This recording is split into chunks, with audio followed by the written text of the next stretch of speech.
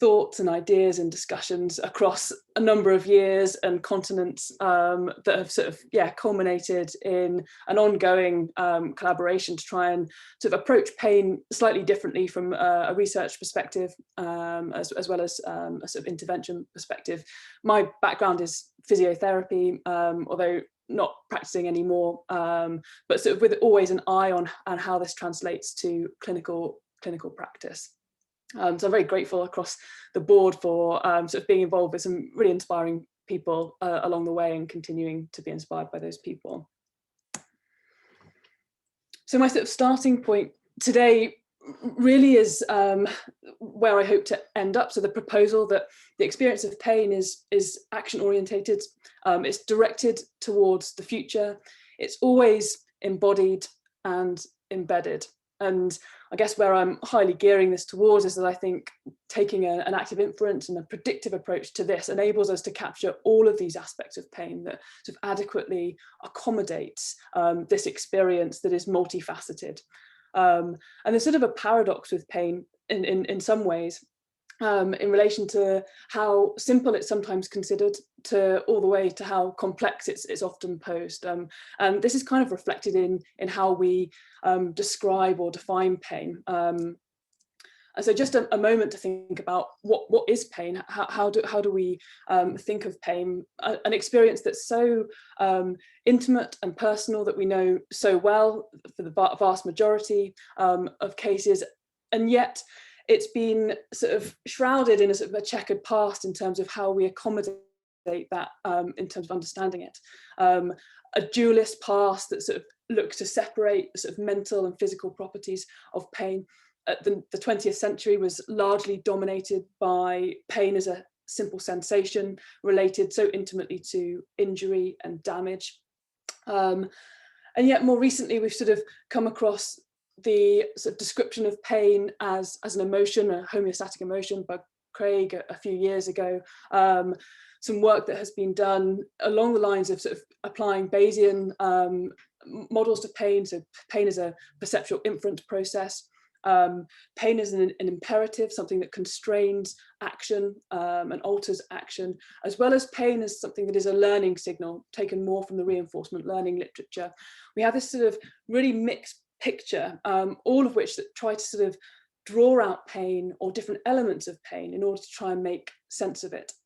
And I think this really highlights perhaps our sort of conundrum in some ways, a little bit of a basic conundrum, whereby for the individual, pain is always a unified experience of the mind and the body within a particular social environment. And yet research in healthcare proceed by abstracting pain from its context and isolating its various dimensions. We almost take bits that we can understand within our silos in order to attempt to understand what pain is and particularly of interest here, why pain may persist.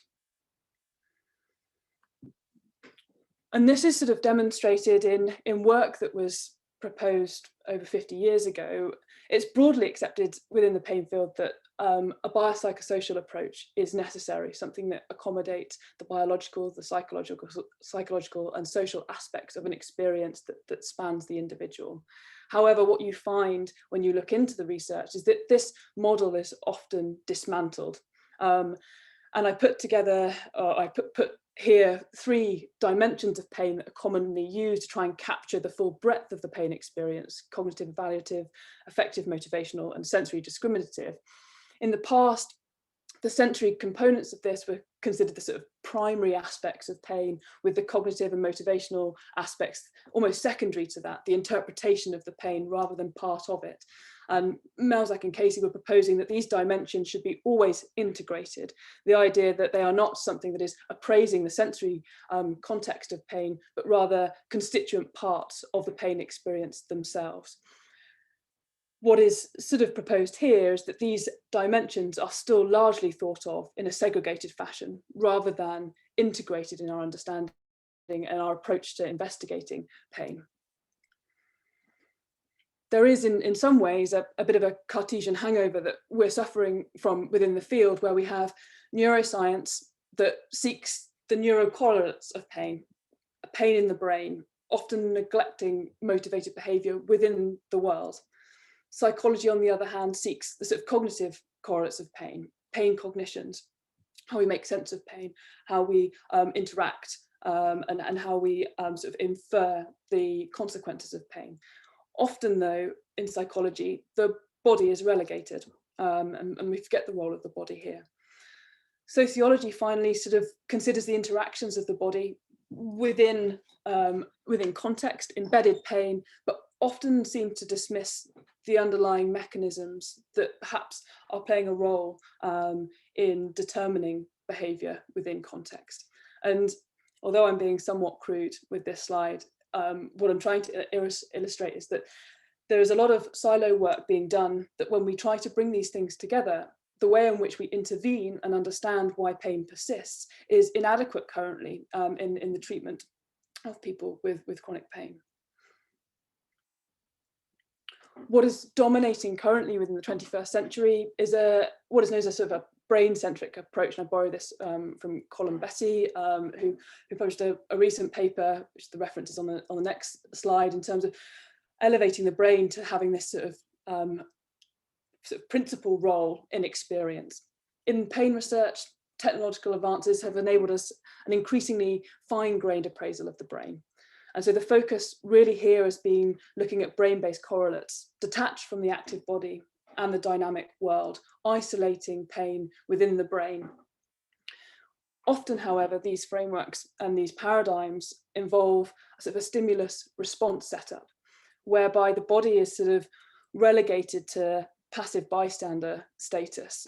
The body is seen as this relay center rather than something that is actively exploring the world, determining experience as we do so. So from this, it raises a challenge, and from an active inference perspective, a challenge. The brain may be necessary, but is not considered sufficient for experience. A brain-centric approach does not consider the span of bodily systems, including the full scope and interaction between the nervous system, the immune system, and the endocrine systems, which are interacting all the time in order to better make sense of the body within the world. Missing from this approach within pain is the reciprocal interplay between the body and the world that scaffolds experience over time.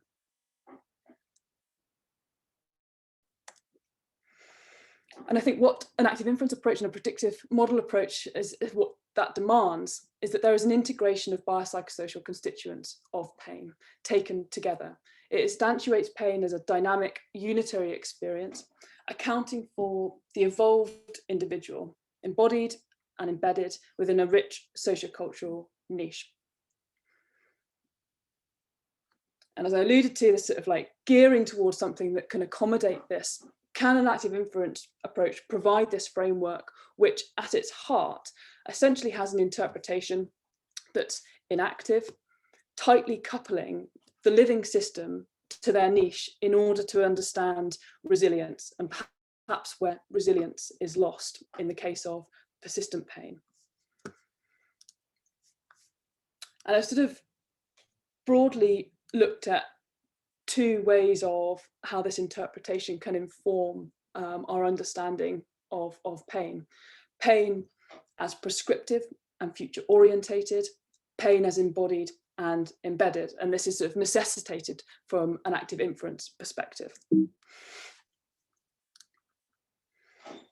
To start with this idea of pain as prescriptive and future orientated, the idea of prescriptive being drawn from Colin Klein's work on pain imperatives, essentially that pain is an experience that motivates constrained action to ensure the resolution and maintenance of a body within viable bounds. This sort of allostatic approach that ensures that the long-term surprise is minimized for the adaptive organism, bringing us back in to viable bounds as we interact with the world.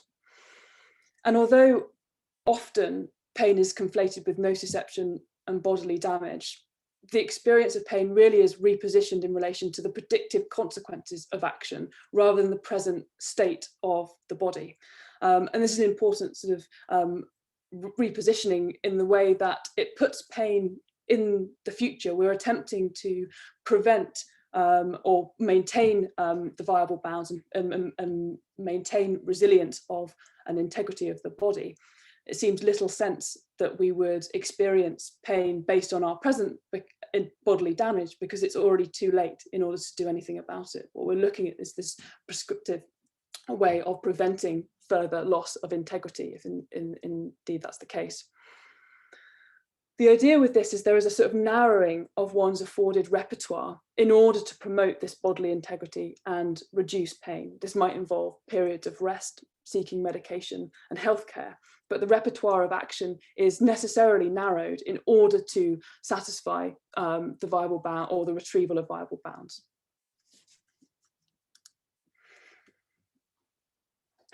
In principle, this is something that is a transitory experience, something that is almost liminal. It's seeking change in order to maintain long-term survival. However, in many cases, persistent restricted action may occur, and this is sort of like a spectrum of potential restrictive action, from lower back pain, where the restriction of action could be largely self-imposed in terms of altering one's way that they're engaging with the environment, maybe not going for such a long run, maybe sort of bracing one's back in order to prevent movement in a certain way, all the way through to enforced restriction of action, whether that be an arm cast as a result of fracture, or the removal of an amputated limb and the corresponding experience of that limb. Across these examples of persistent restricted action is something that means that somebody can no longer seek or explore new information in relation to their body.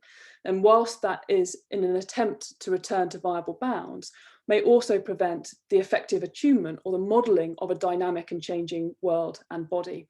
At risk is this disconnect between agent and world.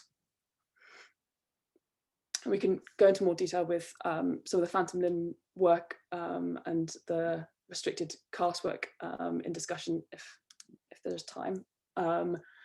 And I think this is where it sits really nicely with some of the things that Mark has published and how things have been discussed over the last couple of days, in the sense that there is a sort of narrowed landscape of action possibilities in pain, necessitated by the experience that exposes the individual perhaps to a long-term disconnect between understanding how their body is situated within pain. It reorientates the body, where an adaptive explore-exploit trade-off that happens over time as part of normal experience, there is a sort of biasing potentially towards exploitative behaviour that prevents exploring new information that would serve to update the predictions of one's body in relation to the environment. As Mark and Julian mentioned in their paper, there's a breakdown between agent and environment dynamics, and they were talking in relation to addiction, which I think is highly relevant to the experience of persistent pain as well here. But the idea that this risks, as a result of adaptive behaviour, there is a risk that it removes the ability of the individual to attune to one's environment. They no longer become a good model of their environment because they've disengaged or narrowed the possibilities of action within it.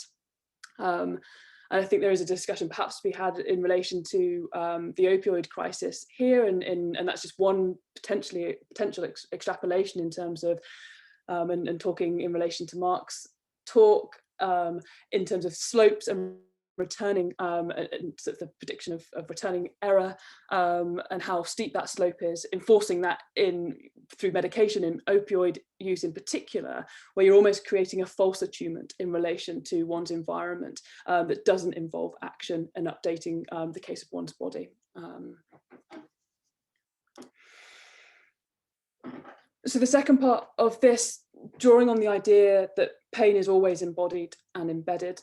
And this really puts forward the point that the experience of pain extends beyond the brain. It constitutes an interaction of systems spanning the entire body: nervous system, peripheral and central, immune and endocrine. This is something that Mick Thacker has talked about in a recent paper with Julian as well, really making use of the idea that pain is not something that is just within the central nervous system. It involves interaction across the entire body and the world.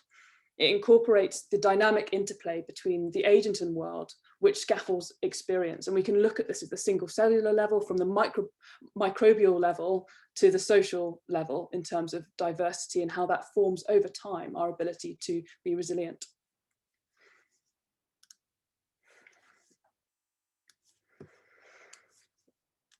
What an active inference approach really allows us to do, I think, is accommodate this across the board, from the whole system through to the single cell.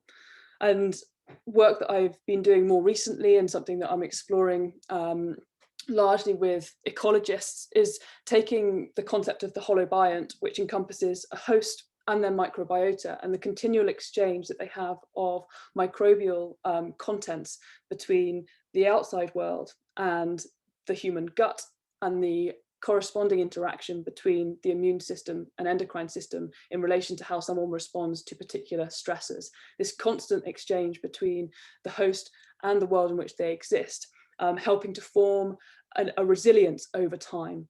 And one of the hypotheses here really is about creating a sort of just, or maybe in Mark's world, the sort of Goldilocks effect of diversity. So we're exposed to enough diversity, enough error, in order to inform and update our model that constitutes not only the central nervous system, but all bodily systems, to effectively respond to stresses and perturbation.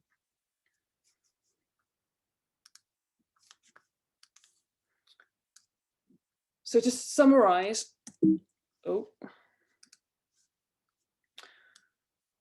what I'm saying essentially is that active inference provides a unified formalization of an experience that spans all biopsychosocial domains. I think for the first time, we're offered a model that truly sort of embodies the biopsychosocial nature of pain, rather than trying to segregate them. It places the active body at the center of understanding experience, demanding that it's scaffolded beyond the brain and not limited to it. This process looks to integrate dimensions of pain rather than segregating them. And I think this helps to inform a more complex systems approach to pain. Increasingly, our understanding and intervention in pain has been focused on the individual, how we can tailor and really employ precision medicine techniques in order to tackle pain.